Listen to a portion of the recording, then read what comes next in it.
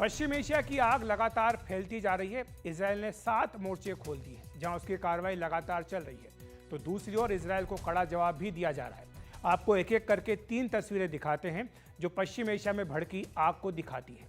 सबसे पहली तस्वीर है सेंट्रल बेरूत की, जहां पर हमला किया है इजरायल की ओर से, और इस हमले में आप देख सकते हैं कि कितनी भीषण ये तस्वीर है, जहां पर कि ये सिटी सेंटर के पास हमला हुआ था और इसमें यह कहा गया कि फास्फोरस बम की भी गंध आई है और फास्फोरस की गंध को लेकर के आरोप लगाया जा रहा है कि क्या फास्फोरस बम का इस्तेमाल यहां पर किया गया है। दूसरी तस्वीर है ईरान के मिसाइल हमले की। ये नई तस्वीर आई है जो परसों हुआ था हमला, इसकी आप ये नई तस्वीर देख सकते हैं जिसमें ये फुटेज में साफ तौर पर दिखाई दे रहा है कि कितना भयावह हमला ईरान ने इजरायल के ऊपर किया था अपनी मिसाइलों के जरिए, और ये मिसाइलें कितनी करीब सरफेस के पास आ चुकी थी। और तीसरी तस्वीर भी देख लेते हैं, यह है गजा में जो इजरायली हमला हुआ है उसकी तस्वीर है। आप देख सकते हैं कि पूरी तरह से जो इमारत थी उसे ध्वस्त कर दिया गया है इस हमले के जरिए। तो ये 3 अलग अलग तस्वीरें ये बता रही हैं कि किस तरह से पूरे पश्चिम एशिया में इस समय ज़बरदस्त आग लगी हुई है, एक दूसरे के ऊपर लगातार हमले किए जा रहे हैं।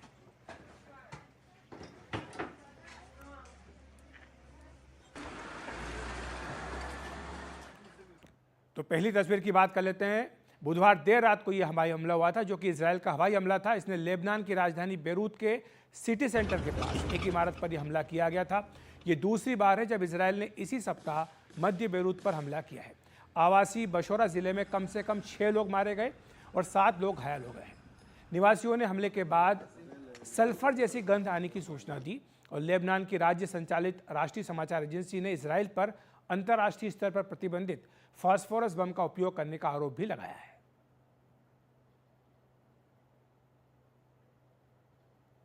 और बुधवार की देर रात एक इजरायली हवाई हमले ने लेबनान की राजधानी बेरूत के सिटी सेंटर के पास एक इमारत पर हमला किया। यह दूसरी बार है जब इजरायल ने इस सप्ताह मध्य बेरूत पर हमला किया है। आवासी बशोरा जिले के कम से कम 6 लोग मारे गए हैं और 7 लोग इसमें घायल हो गए। निवासियों ने हमले के बाद सल्फर जैसी गंध की सूचना दी थी।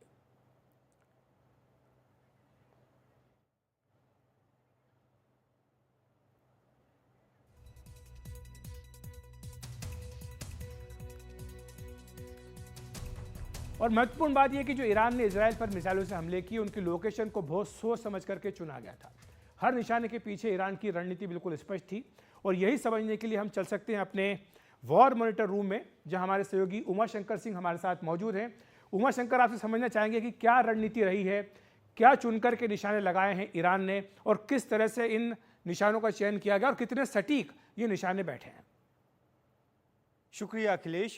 ईरान ने इजराइल पर मिसाइलों से जो हमला किया उसमें उसने दावा किया कि जो हमले हैं वो इजराइल के सैन्य और खुफिया ठिकानों को निशाना बनाकर किए गए, और जो ठिकानों को जो निशाना बनाया गया उसके लिए ईरान की तरफ से 400 मिसाइलें दागने का जो दावा है वो किया गया। हालांकि इजराइल ने 200 मिसाइल आने की बात कही और इनमें से भी 180 मिसाइलों को हवा में ही नष्ट करने का दावा जो है वो इजराइल की तरफ से किया गया। आखिर ईरान ने इजराइल के किन जगहों को निशाना बनाया, ये जानने के लिए हमने इस वर्चुअल ग्राफिक का सहारा लिया है, जिसमें हम एक एक करके बताएंगे कि किस तरीके से ईरान ने किन इलाकों को निशाना बनाया। तो सबसे पहले हम अपने दर्शकों को ये बताना चाहेंगे कि मंगलवार को ईरान ने इजराइल को निशाना बनाकर ताबड़तोड़ तरीके से जो मिसाइलें दागी वो उसके निशाने पर पूरा इजराइल था, और ख़ास तौर पे जो मध्य इजराइल है उसकी तरफ जो है निशाना करके बड़ी तादाद में जो मिसाइलें हैं वो दागी गई। मध्य इजराइल इस लिहाज से काफ़ी अहम है क्योंकि यहाँ इजराइल के बहुत सारे अहम इंस्टॉलेशंस हैं, और जो तेल अवीव भी जो है वो मध्य इजराइल में है, और यहाँ बहुत सारी जो मिसाइलें हैं पहुँची। मिसाइल यहाँ गिरी भी जिससे स्कूल, रेस्टोरेंट आदि को नुकसान पहुँचा, और निशाने पर बेशक ईरान ये कह रहा हो कि इजराइल के सैन्य ठिकाने थे, लेकिन कुछ रिहायशी इलाकों में भी जो बम हैं, जो मिसाइल हैं वो गिरे।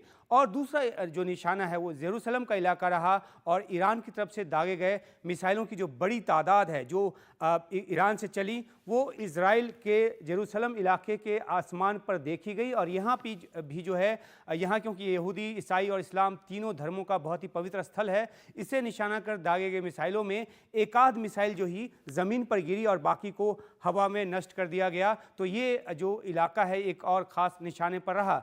हाइफा एक बहुत ही महत्वपूर्ण पोर्ट सिटी है इजराइल का, और ईरान की तरफ से इस जगह को भी निशाना बनाने की कोशिश की गई। एक आर्थिक ठिकाना है, आर्थिक शहर है, यहाँ पे बंदरगाह है, और इसको निशाना बनाने के ज़रिए ईरान ने ये कोशिश की कि किसी तरह से आर्थिक नुकसान जो है वो जो पहुँचाया जाए इजराइल को। लेकिन इजराइल के मुताबिक यहाँ जो भी हाइफा में जितने भी मिसाइलें ज़मीन पे गिर पाईं, उससे भी इजराइल को कोई ज़्यादा नुकसान नहीं हुआ, और कोई अहम ठिकाने को निशाना बनाने में ईरान जो है नाकाम रहा।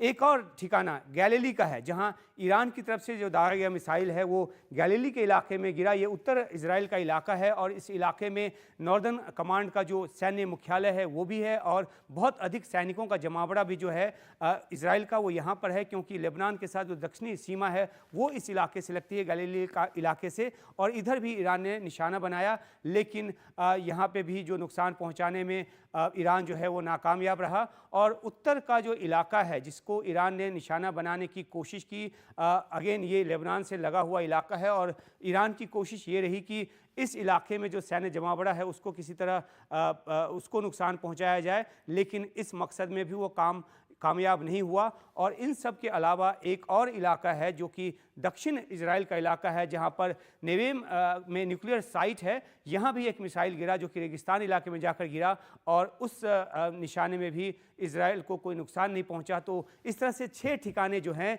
जिसमें ईरान की तरफ से इजराइल पर लगातार जो है वो मिसाइल दागी गई, लेकिन जो इच्छित कामयाबी थी वो ईरान को नहीं मिली। हालांकि उसकी तरफ से दावा किया गया कि उसने एक कामयाब हमला जो है वो इजराइल पर किया है।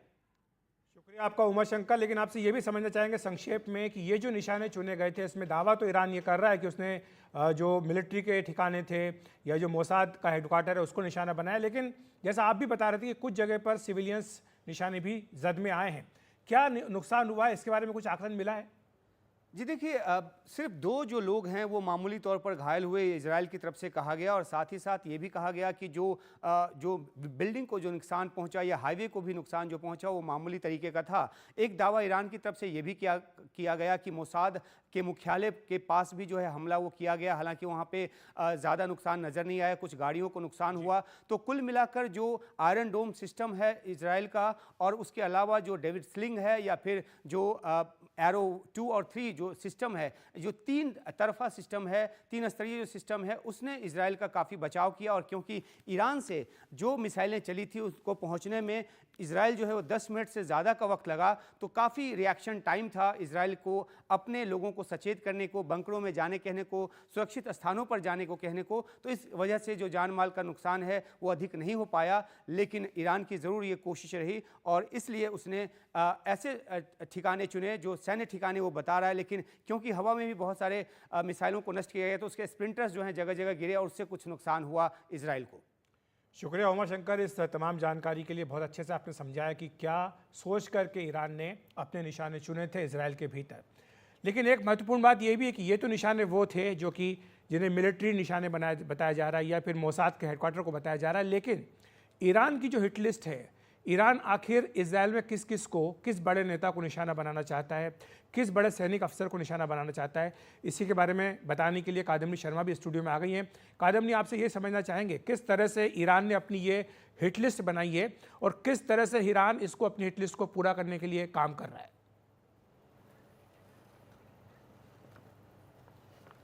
और आपको बताऊं अखिलेश की ये एक हिट लिस्ट है। आमतौर पर हिट लिस्ट किन की होती है? हिट लिस्ट होती है क्रिमिनल्स की, लेकिन ईरान ने एक हिट लिस्ट जारी की है जो कि अधिकतर सैन्य अधिकारियों की है या फिर पॉलिटिशियंस की है। और ये बहुत चौंकाने वाली बात है, लेकिन अनएक्सपेक्टेड अगर हम कहें तो वो बिल्कुल नहीं है। इस हिट लिस्ट में पहला नाम है बेंजामिन नेतन्याहू का। इनका नाम क्यों है? एक, क्योंकि ये नंबर 1 हैं, वहाँ पर सरकार में प्राइम मिनिस्टर हैं, बिल्कुल स्ट्रॉन्ग मैन माने जाते हैं, और इन्होंने कसम खाई है कि हमास के खात्मे तक युद्ध को वो ख़त्म नहीं करेंगे। चुन चुन कर हमास के टॉप जो लीडर हैं, जो हिजबुल्ला के टॉप कमांडर हैं, यहाँ तक कि जो ईरान के रिवॉल्यूशनरी गार्ड के कई वरिष्ठ अधिकारी हैं, उनके खात्मे का आदेश इनके थ्रू आया है। हालांकि बहुत सारी चीज़ों को इजराइल जो है वो एक्सेप्ट नहीं करता है, मानता नहीं है, और तो और अंतर्राष्ट्रीय दबाव के बावजूद ये झुकने को तैयार नहीं है, और ये युद्ध जो है वो 7 फ्रंट पर लगातार जारी है। अगला नाम देखिए किनका है। योव गैलेंट हैं, रक्षा मंत्री हैं। 1 साल से चल रहे युद्ध की योजना से लेकर रणनीति तक हैंड्स ऑन रक्षा मंत्री ये बिल्कुल हैं और हर चीज पर नजर रखते हैं। नेतन्याहू से मतभेद हैं लेकिन तो भी जबरदस्त तरीके से काम कर रहे हैं। कमान उन्होंने युद्ध की संभाल रखी है।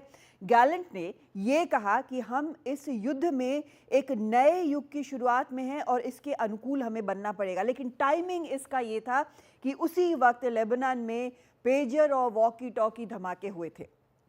और अगला नाम देखिए, हर्जी हालेवी हैं, सैन्य प्रमुख हैं ये। इन्होंने कहा कि हिजबुल्लाह को बहुत बड़ी कीमत चुकानी पड़ेगी। ये इन्होंने साफ साफ कहा और ये भी कहा कि हम अभी ऐसी कई क्षमताओं से लैस हैं जिसको अभी तक हमने एक्टिव नहीं किया है, खोला नहीं है। ये भी कब आया बयान? ये भी आया पेजर और वॉकी टॉकी ब्लास्ट जो हुए थे लेबनान में, उसके बाद। आप सोचें कि ये निशाने पर क्यों नहीं होंगे, क्योंकि ये ज़रूर होंगे। इस तरह की बात ये कह रहे हैं और ये लगातार हर चीज़ डायरेक्ट कर रहे हैं। अगले जो हैं वो हैं तोमर बार, वायुसेना कमांडर हैं ये। और हमें पता है कि इजराइल की वायुसेना किस तरह से ज़बरदस्त वार कर रही है हर जगह पर, चाहे वो गाज़ा में हो, लेबनान में हो, सीरिया में हो, यमन में हो, हर जगह वो वार कर रही है। और प्रिसिशन स्ट्राइक जो है उसके ज़रिए कई उसने कमांडर्स को, चाहे हमास हो चाहे हिजबुल्लाह हो, इनको मार गिराया है। और ये जो हैं 6 सितंबर 2007 को सीरियाई परमाणु स्थल के विनाश के लिए इन्होंने ऑपरेशन ऑर्चर्ड को अंजाम दिया था। यानी ये जितने अधिकारी हैं सबके पिछले जो है काफ़ी ज़बरदस्त सैन्य रिकॉर्ड्स हैं और कई इनको अवार्ड्स मिले हुए हैं, गैलेंट्री अवार्ड्स मिले हुए हैं। अगले जो हैं वो हैं सार सलामा, नौसेना कमांडर हैं। हमास के गोताखोरों को रोकने में इनकी अहम भूमिका रही है। नेवी के पास वहाँ पर पनडुब्बी भी है, युद्धपोत भी हैं, बोट्स भी हैं, लेकिन इनकी जो स्क्वाड्रन 916 थी वो 7 अक्टूबर को ज़बरदस्त लड़ाई उसने की थी जिकिम बीच के पास, जहाँ पर हमास के गोताखोर पहुँचे थे लोगों को मारने के लिए। और इनके जो लोग थे, इनके जो कमांडो थे नेवी के, वो रबर बोट से वहाँ पर पहुँचे और कई दिन तक ज़बरदस्त लड़ाई हुई थी। और जो समुद्र का पूरा इलाका है इजराइल का, उसकी सुरक्षा की जिम्मेदारी इनकी है। तो ये भी ईरान की हिट लिस्ट पर है। अगले जो हैं Amir Baram, deputy chief of general staff हैं ये। और दक्षिण लेबनान में इनकी भी जो सारी जो पुरानी रिकॉर्ड्स है बहुत ज़बरदस्त हैं। दक्षिण लेबनान में जो गुरिल्ला अभियान में ब्रिगेड की जो टोही टीम होती है जो पहले जाती है पता लगाने के लिए, उसका इन्होंने नेतृत्व किया हुआ है। ऑपरेशन डिफेंसिव शील्ड के दौरान ये एक पैराट्रूप बटालियन की कमान संभालते थे। बाद में इंतिफादा जो हुआ था उसमें विरोधी अभियान में मौजूद थे। तो ये दक्षिण लेबनान में इनका काफ़ी कुछ बहुत ज़बरदस्त इनका ऑपरेशन सारा कुछ रहा है और इसलिए ये भी काफ़ी निशाने पर है। नेतन्याहू के बारे में हम आपको बता चुके हैं, प्रधानमंत्री हैं तो वो लगातार निशाने पर हैं। और भी इसमें 3 लोग निशाने पर हैं, जैसे आहरोन हालिवा हैं और ओरी गॉर्डन हैं और एलाइजर तोल्देनो हैं। ये सभी सेना के लोग हैं और इसके कारण ये जो है ये 10 लोग ईरान की हिट लिस्ट में हैं। शुक्रिया आपका कादमनी इस तमाम जानकारी के लिए। तो ये वो लोग हैं जिनके ऊपर ईरान की नज़रें लगातार बनी रहेंगी। तो हमारे साथ 2 खास मेहमान जुड़े हुए हैं, अशोक सज्जनहार जी और साथ ही JK त्रिपाठी जी। अशोक जी, आपसे शुरुआत करूंगा। अमेरिका की अगर बात करें तो कल राष्ट्रपति बाइडेन की ओर से स्पष्ट तौर पर यह कहा गया कि अगर इजराइल ईरान के न्यूक्लियर एस्टेब्लिशमेंट के ऊपर हमला करता है तो वो साथ नहीं देंगे। इसका क्या मतलब निकाला जाए? क्या सीधे तौर पर अमेरिका इस युद्ध में शामिल नहीं होना चाहता है, और अगर नहीं होता है तो इससे इजराइल के सामने क्या दिक्कतें आ सकती हैं? नहीं, एक तो बहुत धन्यवाद मुझे आमंत्रित करने के लिए। नहीं, मैं ऐसा नहीं समझता हूं जो अमेरिका इसमें शामिल नहीं होना चाहता। अमेरिका ने बिल्कुल बोल दिया है जो पूरी तरीके से इजराइल के साथ खड़ा है। और न केवल अमेरिका परंतु और भी पश्चिम यूरोप के जो देश हैं, बहुतों ने ये कहा है जो वो इजराइल के साथ खड़े हैं और इजराइल को पूरा अधिकार है अपनी सुरक्षा के लिए अगर वो ईरान के ऊपर हमला करता है। परंतु उन्होंने एक रेड लाइन ड्रॉ कर दी है, जो आप वहां की जो ईरान की न्यूक्लियर फैसिलिटी है उसके ऊपर आप अटैक नहीं करेंगे, क्योंकि ये रेड लाइन ड्रॉ होगी पूरी तरीके से, फिर ईरान इसमें बीच में आ जाएगा, शामिल हो जाएगा। और ये भी हो सकता है जो ईरान के साथ कुछ और देश हैं रूस का आपने देखा है, रूस अभी वहां पर रूस के प्रधानमंत्री गए थे, तेहरान में थे, और क्या उनमें बात हुई है, क्या सप्लाईज दी जा रही हैं, रूस से ईरान को दी जा रही हैं, ईरान से हुतीज को दी जा रही हैं, तो इसका जो दायरा है वो कहीं और ज्यादा बढ़ सकता है। तो इसीलिए उन्होंने कहा उसके पास, ईरान के पास पूरा अधिकार है जो अपनी सुरक्षा के लिए वो इजराइल के पास पूरा अधिकार है जो अपनी सुरक्षा के लिए वो ईरान के विरुद्ध कार्रवाई करे, परंतु ये इसके जो उसकी न्यूक्लियर फैसिलिटी है उस पर वो अटैक नहीं करे। अदरवाइज जब भी ऐसे हालात हुए हैं तो अमेरिका ने, यूके ने, ग्रेट ब्रिटेन ने, सब ने ईरान का साथ दिया है। और अब वहां पर इलेक्शन भी हो रहा है अमेरिका में, तो इसीलिए अमेरिका ये नहीं चाहता, राष्ट्रपति जो बाइडेन ये नहीं चाहते जो इस युद्ध का दायरा और बढ़ा जाए। अभिषेक, इसी बीच एक ब्रेकिंग न्यूज आ रही है, उसके बारे में भी आपको बता देते हैं कि हुती विद्रोहियों ने यह दावा किया है कि इजराइल के मध्य में ड्रोन से हमला किया गया है, और ये उनका दावा है कि तेल अवीव में ड्रोन से निशाने पर कामयाब हमला किया गया है। ये हुती विद्रोहियों की ओर से दावा आया है। जेके त्रिपाठी जी भी हमारे साथ जुड़े हुए हैं। जेके त्रिपाठी जी, आप किस तरह से देख रहे हैं, जिस तरह से लगातार ये दायरा फैलता जा रहा है, अब ईरान और इजराइल बिल्कुल आमने सामने हैं, ये इंतज़ार किया जा रहा है कि इजराइल की ओर से क्या जवाबी कार्रवाई होगी, क्योंकि ये स्पष्ट कर दिया गया था इजराइल ने कि वो इसका जवाब जरूर देगा। अखिलेश जी, सबसे पहले धन्यवाद मुझे अपने चैनल के थ्रू और दर्शकों से जोड़ने के लिए। जहां तक ये इसके युद्ध के दायरे के फैलने की बात है, मैं नहीं समझता कि निकट भविष्य में ये इतना फैल जाएगा कि विश्व युद्ध का रूप ले लेगा, क्योंकि विश्व युद्ध ऐसे नहीं होते। आखिरी विश्व युद्ध जब हुआ था तो वो एक न्यूक्लियर बम के हिरोशिमा और एक के नागासाकी पे गिरने पर खत्म हो गया था।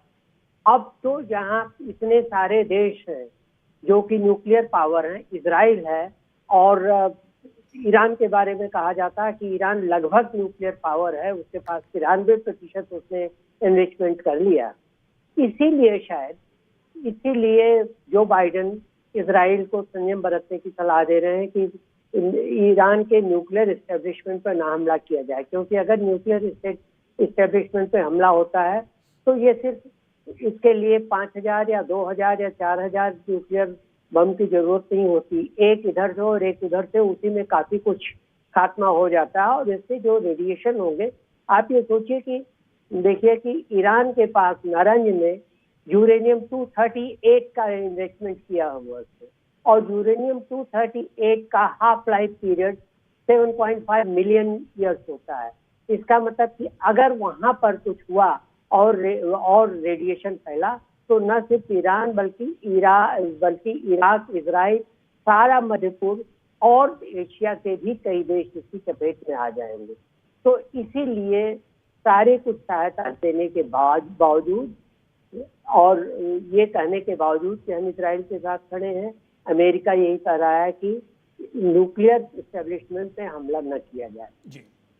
रही बात ये कि इससे और दायरा बढ़ने की, तो देखिए मध्य पूर्व में कितने दिनों के बाद आज एक रिएक्शन आया। पहले शाह फैसल ने बहुत हल्का सा माइल्ड सा रिएक्शन दिया था, तुर्की ने कुछ कहा था, लेकिन आज मध्य पूर्व में इतने दिनों के बाद जो है जीसीसी का रिएक्शन आया है कि उन्होंने इजराइल का साथ देने की बात की है। इजराइल के साथ कहा है कि हम सहयोग करेंगे।